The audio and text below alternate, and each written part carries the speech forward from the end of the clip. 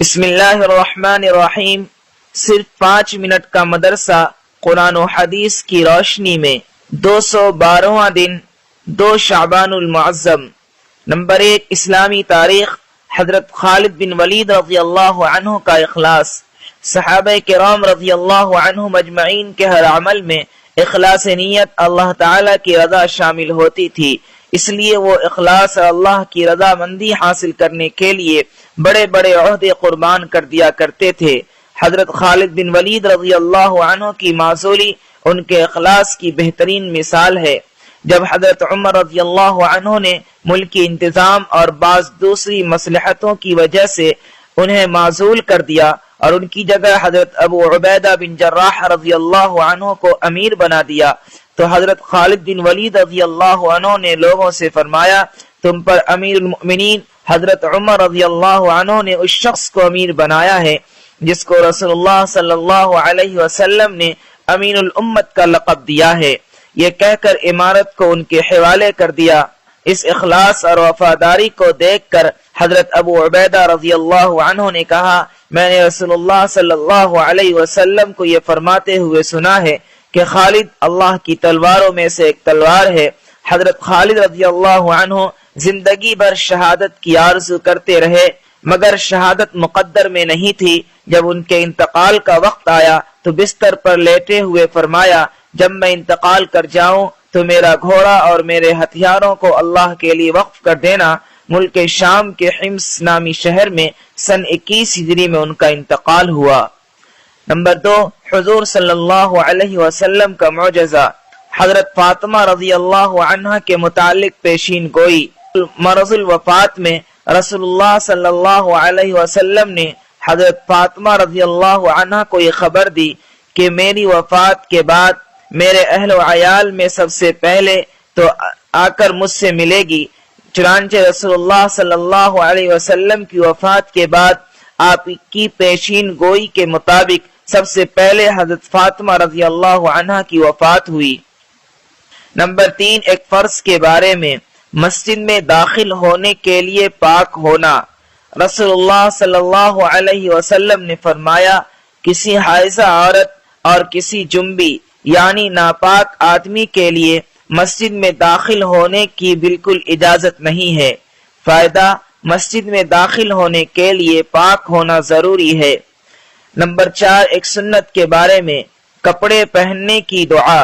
رسول اللہ صلی اللہ علیہ وسلم نے فرمایا، جو کوئی کپڑا پہنے اور یہ دعا پڑھے تو اس کے اگلے پچھلے سب گناہ معاف ہو جاتے ہیں۔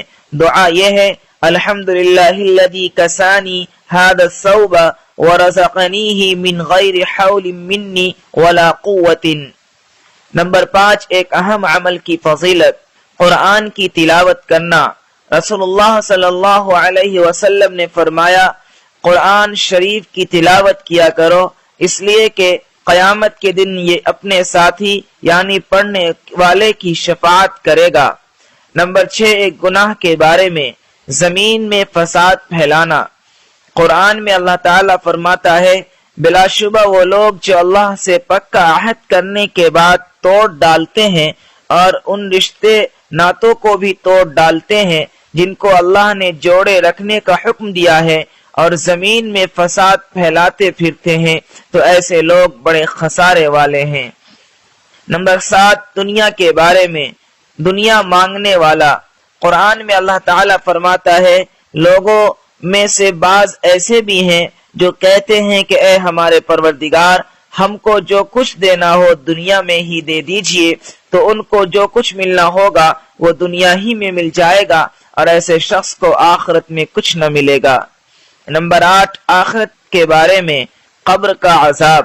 رسول اللہ صلی اللہ علیہ وسلم بنو نجار کے باغ میں تشریف لے گئے، وہاں چند قبریں تھی۔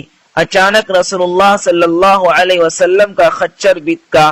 رسول اللہ صلی اللہ علیہ وسلم نے فرمایا، مردوں کو عذاب دیا جا رہا ہے، اسی کی آواز سے یہ بتکا ہے۔ اگر یہ ڈر نہ ہوتا کہ تم مردوں کو دفن کرنا چھوڑ دو گے تو میں تمہیں بھی وہ آواز سنوا دیتا۔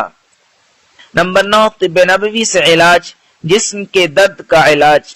حضرت عثمان بن ابی العاص رضی اللہ عنہ نے رسول اللہ صلی اللہ علیہ وسلم کی خدمت میں حاضر ہو کر اپنے جسم کے درد کو بتایا تو رسول اللہ صلی اللہ علیہ وسلم نے فرمایا جہاں درد ہوتا ہو وہاں ہاتھ رکھ کر 3 بار بسم اللہ اور 7 مرتبہ یہ دعا پڑھو، اعوذ باللہ وقدرتہ من شر ما اجد واحاذر۔ ترجمہ، میں اللہ اور اس کی قدرت کی پناہ چاہتا ہوں ہر اس تکلیف سے جو مجھے پہنچی ہے اور جس سے میں ڈرتا ہوں۔ چنانچہ ان صحابی نے جب یہ کلمات کہے تو ان کا درد ختم ہو گیا۔ پھر وہ صحابی اپنے گھر والوں اور دوسرے ضرورت مندوں کو ہمیشہ ان کلمات کی تلقین کرتے رہتے تھے۔ نمبر 10، نبی صلی اللہ علیہ وسلم کی نصیحت۔